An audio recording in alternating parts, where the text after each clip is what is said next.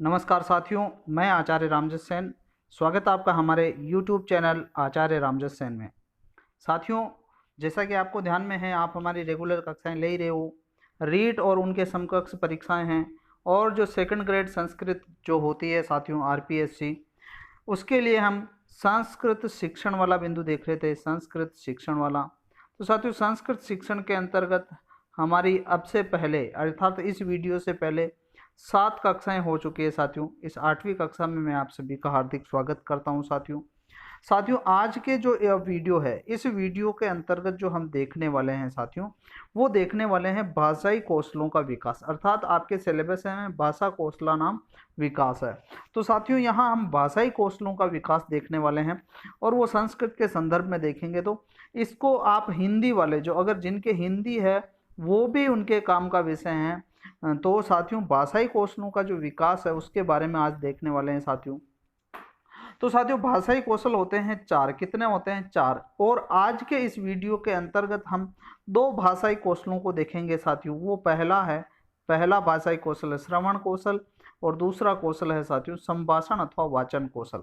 इन दोनों कौशलों की तरफ हम बात करते हैं साथियों। पुनः इस 8वीं कक्षा में आप सभी का हार्दिक स्वागत करता हूं, और वीडियो को मैं आगे बढ़ूं उससे पहले आपसे आग्रह करता हूं कि अभी तक आपने अगर हमारे YouTube चैनल आचार्य रामजस सेन को सब्सक्राइब नहीं किया है तो नीचे दिया गया एक लाल बटन है, उस लाल बटन को दबा करके आप हमारे चैनल को सब्सक्राइब करें, तथा उस लाल बटन के पास में ही जो एक बेल आइकन है, बेल आइकन अर्थात घंटी के बटन को भी जरूर दबाएं, ताकि आने वाला हर नोटिफिकेशन आपको तुरंत प्राप्त होता रहे।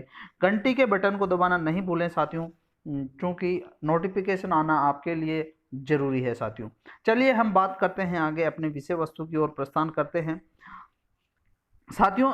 आज का जो हमारा जो टॉपिक है, जैसा कि मैंने पहले बता दिया है कि संस्कृत भाषा कौशला नाम विकास है साथियों। जैसा कि यहाँ मैंने संस्कृत लिखा है, लेकिन अगर आपके हिंदी भाषा है तो हिंदी वालों के लिए भी यह काम आने वाला है साथियों। तो इसीलिए जिनके हिंदी भाषा है वो वाले भी याद इसको देख सकते हैं साथियों। कौशल किसे कहते हैं? सबसे पहली बात तो हमें ये देखनी होगी कि कौशल किसे कहते हैं।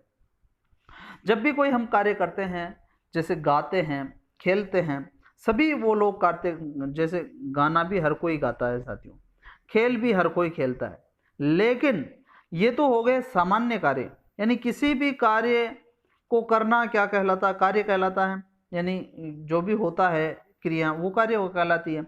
लेकिन अगर कोई गाता तो है, गाते तो सभी है, लेकिन गाने में क्या हो जाता है? दक्ष हो जाता है, प्रवीण हो जाता है, अथवा उस गाने में कुशलता प्राप्त कर लेता है, अथवा किसी खेल में कुशलता प्राप्त कर लेता है। उसी प्रकार जैसे किसी भी कार्य में प्रवीण अथवा दक्ष होना, यानी कोई भी कार्य होता है उसमें या तो प्रवीण हो जाना, उसमें दक्षता प्राप्त कर लेना, अथवा उसमें कुशलता प्राप्त करना ही क्या कहलाता है? कौशल कहलाता है साथियों। अब उसी संदर्भ में अगर हम आगे देखें तो भाषाई कौशल किसे हम कहेंगे, तो भाषाई कौशलों की बात करते हैं। उपर्युक्त कुशलता, यानी ये जो दक्ष होना है, कुशलता प्राप्त करना ही, उपर्युक्त कुशलता यदि भाषाई व्यवहार में प्राप्त हो जाए, यानी भाषाई व्यवहार में अगर ये उपयुक्त दक्षताएं प्राप्त हो जाती है, तो वो दक्षताएं ही, वो कुशलताएं ही भाषाई कौशल कहलाते हैं साथियों। अब साथियों, भाषाई कौशल की बात करें तो भाषाई कौशल होते हैं साथियों 4। कितने होते हैं? 4 होते हैं। अब चारों ही भाषाई कौशलों की हम बात करते हैं साथियों। कौन कौन से होते हैं, इनका क्रम क्या रहता है, ये हमें सब देखना है साथियों। जैसा कि अपना संस्कृत विषय है, तो पिछले जो प्रश्नों की सूची बताऊंगा वो अपने इस संस्कृत के हिसाब से बताऊंगा साथियों। तो इसके आगे मैंने लिखा है तो वो देख लेते हैं कि संसार की किसी भी भाषा में, अर्थात हिंदी वाले भी हैं तो उसके भी काम की चीज़ है, यानी संसार के किसी भी भाषा में कुशलता प्राप्त करने के लिए कितने कौशलों की आवश्यकता होती है? 4 कौशलों की आवश्यकता होती है, और जो क्रमशः निम्न प्रकार से दे रखे हैं साथियों।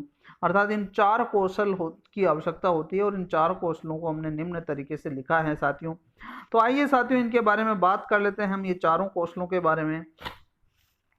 तो देखिए, जो पहला कौशल है, वो पहला कौशल तो है साथियों श्रवण कौशल। क्या है? श्रवण कौशल। ये पहला कौशल है, श्रवण कौशल।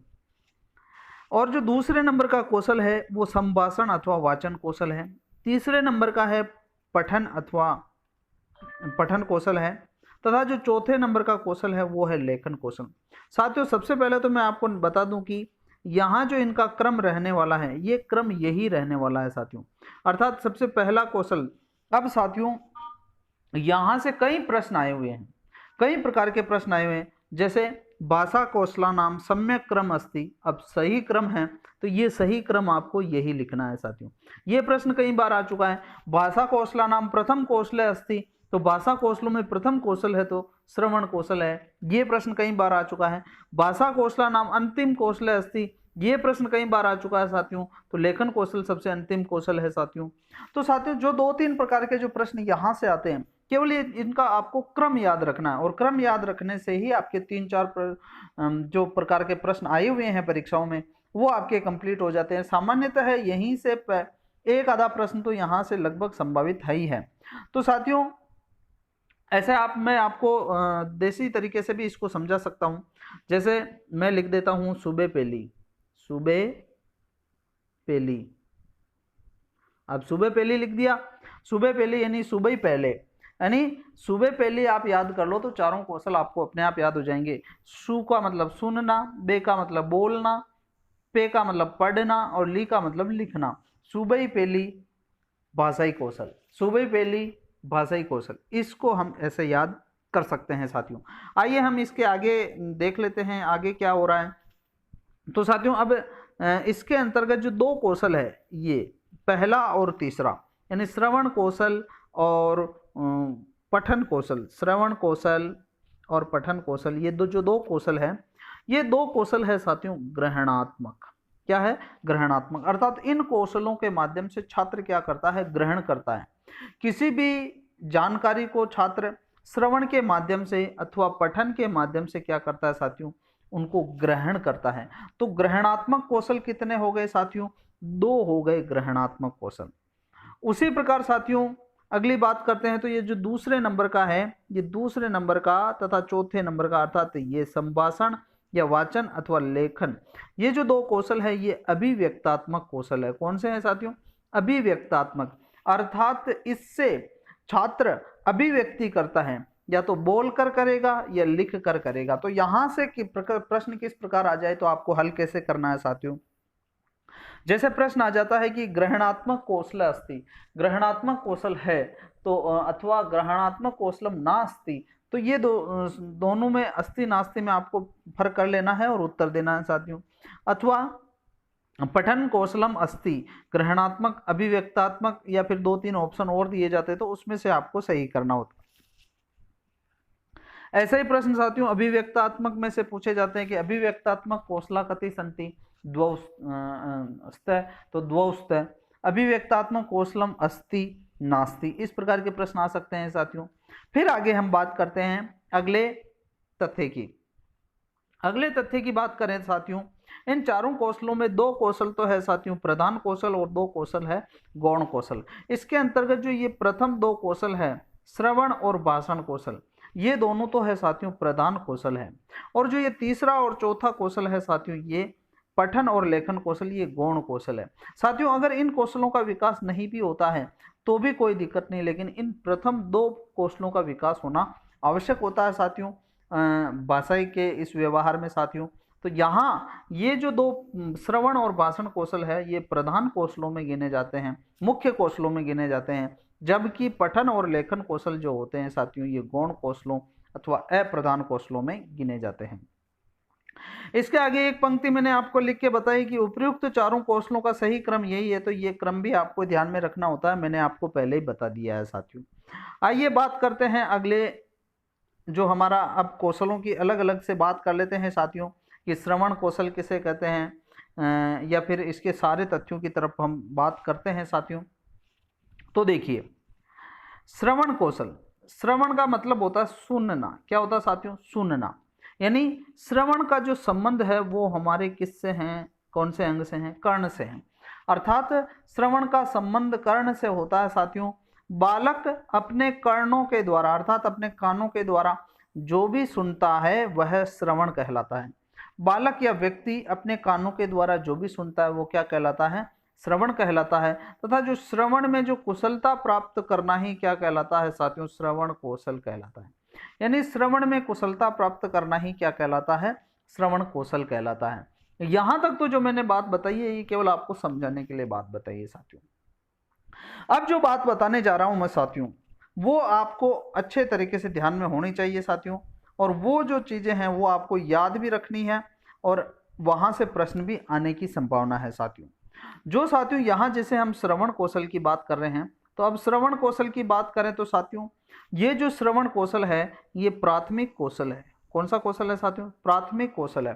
तो इस चीज को आप नोट करिए अपनी नोटबुक में, यानी श्रवण कौशल प्राथमिक कौशल है अस्ति। पहला प्रश्न प्राथमिक कौशल है, तो प्राथमिक कौशल कौन सा है, श्रवण कौशल है। सर्वप्रथम कौशल, ये जो श्रवण कौशल है ये सर्वप्रथम कौशल है। अगर सर्वप्रथम कौशल का भी प्रश्न आ जाता है तो भी आपको यही करना है। आधारभूत कौशल है, अर्थात जो श्रवण कौशल है ये आधारभूत कौशल है, सब कौशलों की नींव है साथियों। महत्वपूर्ण कौशल, अर्थात जो चारों कौशलों में जो सबसे महत्वपूर्ण कौशल माना जाता है वो श्रवण कौशल को माना जाता है साथियों। इसके अलावा सबसे सरल कौशल, यानी चारों कौशलों में सबसे सरल कौशल जो माना जाता है वो श्रवण कौशल है साथियों। और उसके अलावा मूलभूत कौशल, ये सबका मूल है साथियों, यानी मूलभूत कौशल अगर माना जाता तो वो श्रवण कौशल को माना जाता है साथियों। अब साथियों जैसे मूलभूत इसको क्यों माना जाता है, अगर किसी बालक का श्रवण कौशल का विकास नहीं होता है, अर्थात बालक सुन नहीं सकता है, अगर वो सुन नहीं सकता है कानों से, तो फिर इसका मतलब है कि वो बोल भी नहीं सकता है, इसका मतलब वो बोल भी नहीं सकेगा साथियों। तो इसीलिए साथियों अगर श्रवण कौशल का विकास नहीं होगा तो वाचन कौशल का भी विकास नहीं होगा, और इन दोनों कौशल प्राथमिक जो कौशल है इनका विकास नहीं होता तो अन्य कौशल भी इससे प्रभावित होते हैं साथियों। चलिए इसके आगे तथ्यों की और बात कर लेते हैं साथियों। ये अगर ये प्रश्न आ जाए तो ये तो आपको आने ही चाहिए साथियों। आगे बात करते हैं।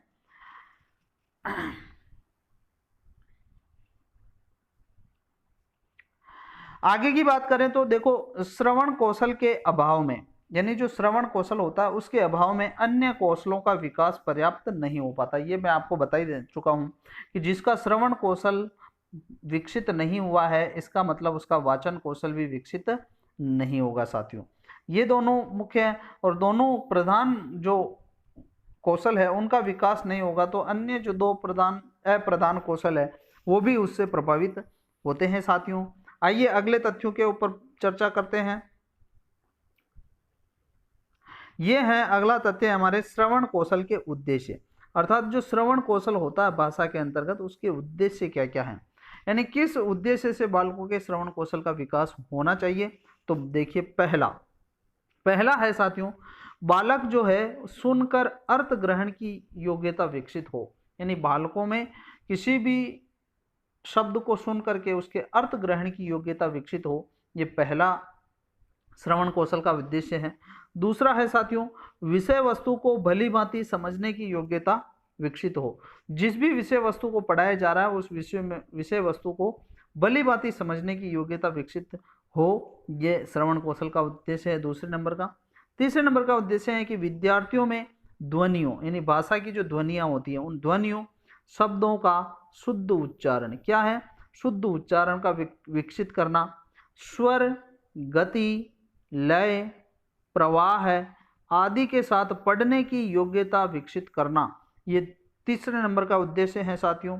इसके आगे देखो साथियों छात्रों का मानसिक एवं बौद्धिक विकास करना, यानी इन कौशलों से छात्रों का मानसिक और बौद्धिक विकास भी होता है साथियों। इसके अलावा अगला पांचवा उद्देश्य है वो है छात्रों में भाषा एवं साहित्य के प्रति रुचि पैदा करना, ये श्रवण कौशल के उद्देश्य हैं साथियों।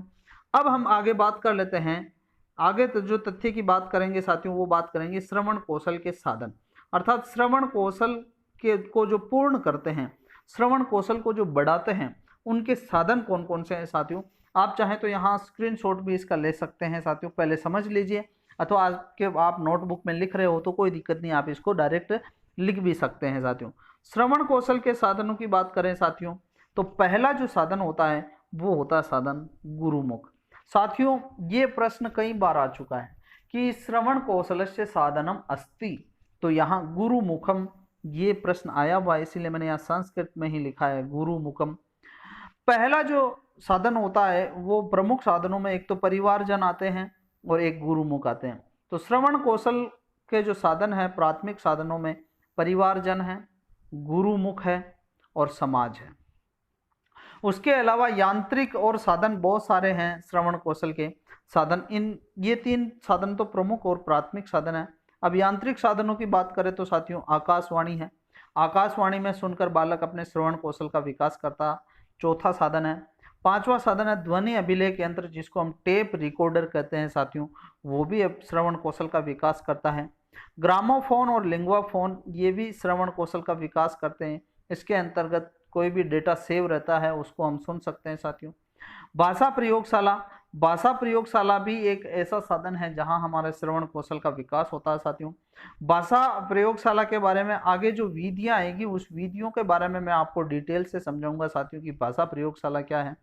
अभी मैं थोड़ा बता देता हूं कि एक ऐसा बड़ा हॉल होता है और उस बड़े हॉल में शिक्षक अपनी यहाँ इस जगह पे बैठा होता है और यहाँ छोटे छोटे बॉक्स बने होते हैं, यानी केबिने बनी हुई होती है, उसको हम प्रकोष्ठ कहते हैं साथियों। और इन प्रकोष्ठों में बालक बैठे रहते हैं और यंत्रों के माध्यम से, जिसको हम ईयरफोन कहते हैं साथियों या हेडफोन भी कहते हैं, वो उनके कानों में लगे हुए होते हैं साथियों। और लगे होने के साथ बालक अपने श्रवण शक्ति का विकास करते हैं और श्रवण कौशल को बढ़ाते हैं साथियों। ये भाषा प्रयोगशाला है, ये मैंने शॉर्ट में बताया, आगे वीडियो में मैं इसको डिटेल से बताऊंगा साथियों। फिर 9वां जो साधन है वो साथियों टेली टीचिंग है, अर्थात जैसे फोन में आपने टेली कॉन्फ्रेंस या वगैरह ये किया होगा, तो टेली टीचिंग भी श्रवण कौशल का विकास करती है। और कॉन्फ्रेंस जो जैसे कि ऑडियो कॉन्फ्रेंस हो गई, वीडियो कॉन्फ्रेंस हो गई, ये भी श्रवण कौशल के एक साधनों में गिना जाता है साथियों। और ये वीडियो कॉन्फ्रेंसिंग तो आजकल इस लॉकडाउन के हिसाब से बहुत फेमस हो रही है साथियों। तो ये तो है साथियों श्रवण कौशलों के साधन है साथियों। इन साधनों को आपको अच्छे तरीके से ध्यान में रखना है। कुल मिलाकर के जिन चीजों से हम सुन करके अपने श्रवण कौशल का विकास करते हैं वो सारे साधन श्रवण कौशल के साधनों में आते हैं साथियों। चलिए आगे की बात करते हैं। आगे है साथियों हमारा श्रवण कौशल की विधियां। क्या है साथियों? श्रवण कौशल की विधियां।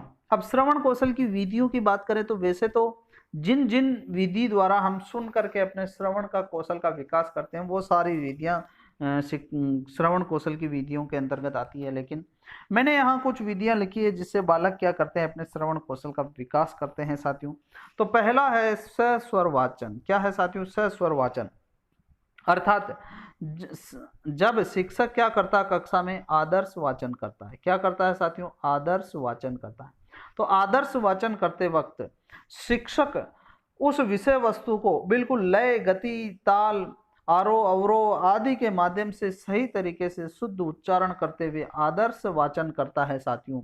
तो बालक उस विषय वस्तु को सुन करके, यानी अपने कानों के माध्यम से वो सुनेगा। ये कान है, इस कान के माध्यम से इस आदर्श वाचन को क्या कर रहा है? वो सुन रहा है। और सुन करके किसका विकास कर रहा है साथियों? इस श्रवण कौशल का विकास कर रहा होगा साथियों। ये हो गया पहली विधि। दूसरी विधि है साथियों इसकी, दूसरी विधि है प्रश्नोत्तर विधि। प्रश्नोत्तर विधि के अंतर्गत क्या करता है कि शिक्षक क्या करता है साथियों? बालकों से विविध प्रकार के प्रश्न पूछता है साथियों। क्या पूछता है? प्रश्न पूछता है। तो बालक उन प्रश्नों को सुनता है और अपने श्रवण कौशल का विकास करता है साथियों। तीसरी जो विधि है साथियों वो तीसरी विधि है कथा कथन विधि। कौन सी है साथियों? कथा कथन विधि। कथा कथन विधि का मतलब क्या होता है? शिक्षक या तो स्वयं क्या कहता है? बालकों को ये कथा या कहानी सुनाता है। क्या सुनाता है? कथा या कहानी सुनाता है। तो उसको बालक सुनते हैं और सुन करके अपने श्रवण कौशल का विकास करते हैं।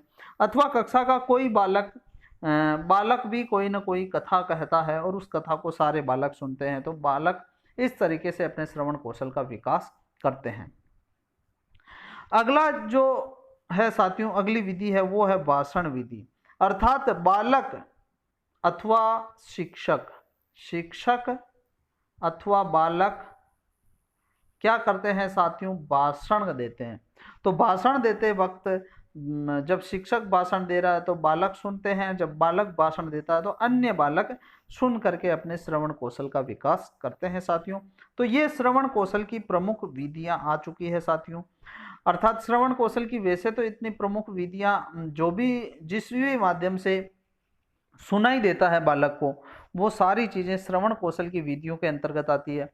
लेकिन अब बहुत सारी चीजें दिखाई भी देती है तो वो पठन कौशल के अंतर्गत भी आती है। तो साथियों पठन कौशल की भी बहुत सारी विधियां श्रवण कौशल की विधियों के अंतर्गत आएगी, इसीलिए उन चीजों को हम पठन कौशल के अंतर्गत भी देखेंगे साथियों। तो आइए हम आगे बात करते हैं साथियों। आगे है हमारा दूसरा जो कौशल है साथियों, वो है संभाषण अथवा वाचन कौशल। क्या है साथियों? संभाषण अथवा वाचन कौशल। अब संभाषण अथवा वाचन कौशल की बात करें तो बात करते हैं साथियों यहाँ संभाषण अथवा वाचन कौशल की। तो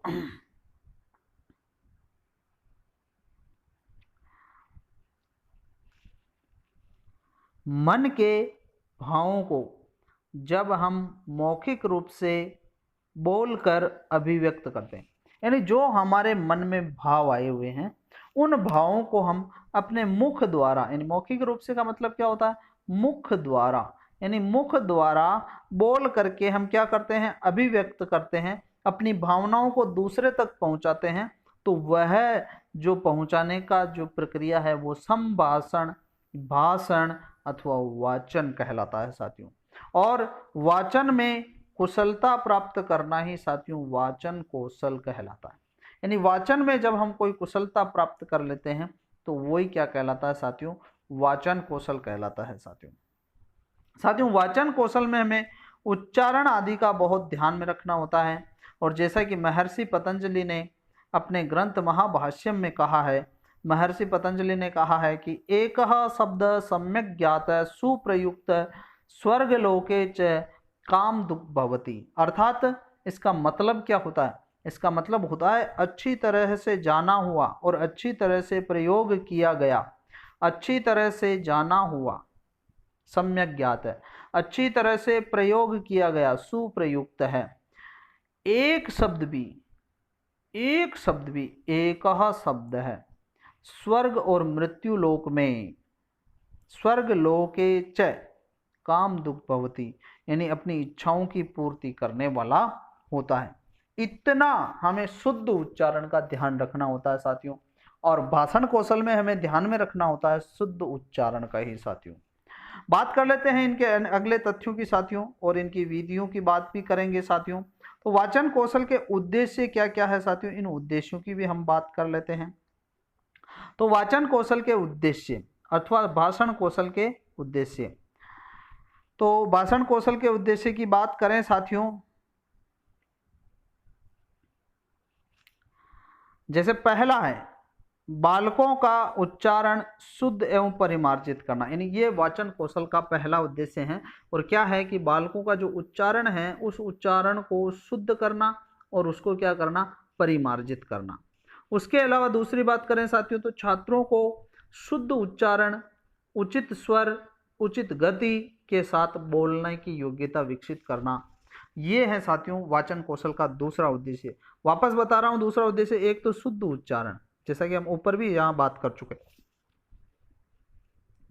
उचित स्वर और उचित गति के साथ बोलने की योग्यता का विकास करना। तीसरा जो उद्देश्य होता है साथियों वो होता है वाचन कौशल का उद्देश्य। वाचन कौशल में क्या करता है? बालक भाषण करता है अथवा बोलता है। तो वाचन कौशल यानी मौखिक अभिव्यक्ति का विकास करना।